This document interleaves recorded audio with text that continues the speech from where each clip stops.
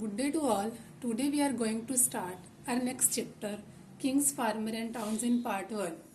In this chapter, we will discuss about the developments between 1900 BCE to 1600 BCE. In this period, between 1900 BC and 600 BC, the Rig Veda was composed by people living along the Indus and its tributary. ठीक है, जो ये वाला time period था, इसके बीच में जो Indus और उसके जो टेरिब्यूटरीज थी, उसके जो आसपास पीपल रहते थे, उनके द्वारा ऋग्वेदा जो है उसकी रचना की गई. Second point is, in this period agriculture settlements and pastoral population emerged in many part of the subcontinent. ठीक है, जो एग्रीकल्चर सेटलमेंट थी और जो पेस्टोरल पीपल थे, जो एक जगह से दूसरी जगह तक मूव करते रहते हैं, पेस्टोरल पीपल्स, ये अलग अलग जगह पे जाके रहने लग गए थे, including north India, Deccan and parts of Karnataka. ठीक है, इंडिया का नॉर्थ वाला पार्ट, डेक्कन और कर्नाटका के कुछ पार्ट में वो चले गए. And new modes of disposal of the dead. ठीक है, इस टाइम पीरियड में जो डेड बॉडी थी उनको डिस्पोज करने के कुछ नए जो वेज थे उसको अडॉप्ट किया गया, जैसे including the making of elaborate stone structure known as megaliths. ठीक है, कुछ बहुत ही बेशकीमती पत्थर थे, उनके द्वारा जो बरीड सिस्टम्स बनाए जाते थे, जिसको मेगालिथस का नेम दिया गया. Emerge in central and south India, जो साउथ इंडिया और सेंट्रल में ज्यादा एमर्ज होते थे. In many cases the dead was buried with the rich ranges of iron tools and weapons. लेकिन ज्यादातर केसेस में क्या होता था, जो वो टूल्स यूज करते थे, चाहे वो वाले वेपन्स खुद यूज करते थे, उसको क्या किया जाता था, मृत बॉडी के साथ ही दफना दिया जाता था. ठीक है, फर्स्ट पॉइंट हमारा क्या है, development between 1900 BCE to 600 BC. इसमें फर्स्ट पॉइंट क्या था कि जो इंडस रिवर के अलोंग पीपल रहते थे, उन्होंने क्या किया, ऋग्वेदा को कंपोज किया. सेकंड, जो एग्रीकल्चर सिस्टम था और पेस्टोरल पीपल थे, ये अलग अलग जगह पे जाके रहने लग गए. और थर्ड वन, जो डेड बॉडीज थे, उनको क्या किया, अलग अलग तरीके से वो लोगों ने डिस्पोज करना स्टार्ट कर दिया. अब नेक्स्ट टॉपिक है हमारा sources to understand early Indian history. Early Indian history between 600 BCE to 600 BC. ठीक है, जो इसी वाले टाइम पीरियड में रही. ठीक है, जो पहला हमारा पॉइंट है वो है 1900 BC से लेके 600 BCE तक.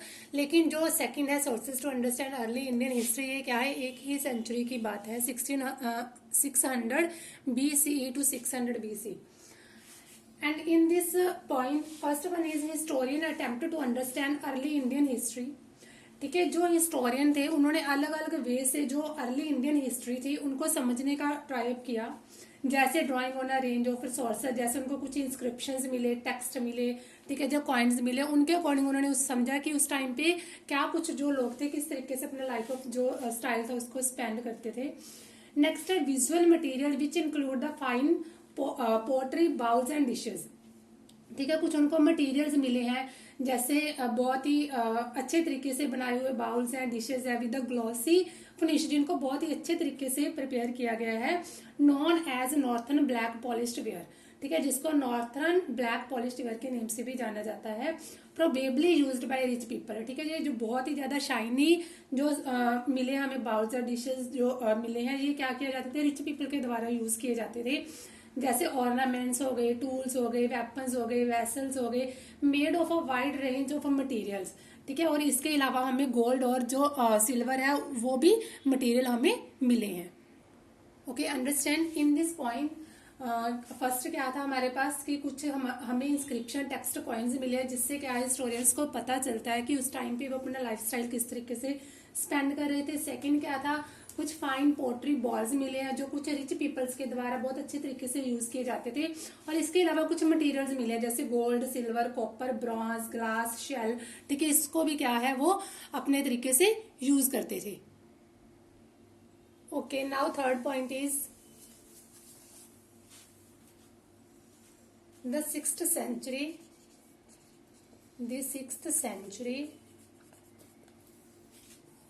BCE is often regarded as a major turning point in early Indian history.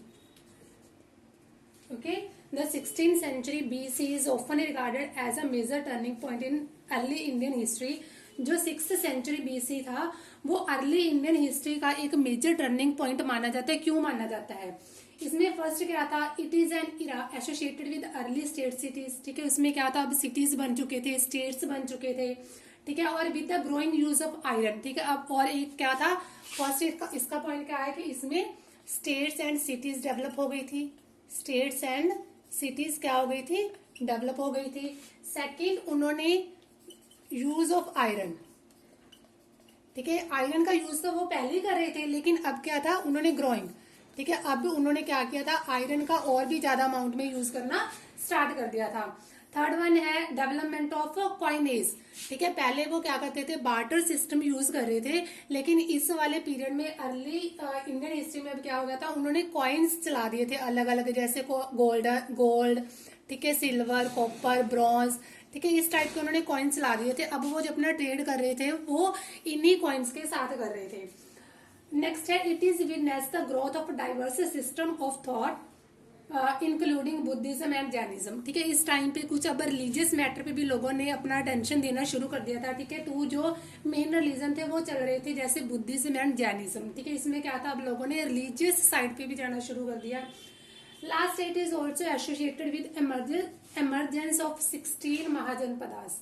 ठीक है, इसमें अब क्या था, महाजनपदास आ चुके थे 16, जिन्होंने क्या किया था, इस टाइम का जो डेवलपमेंट था उसको बढ़ाने में अपना और भी पार्टिसिपेशन इसमें किया था.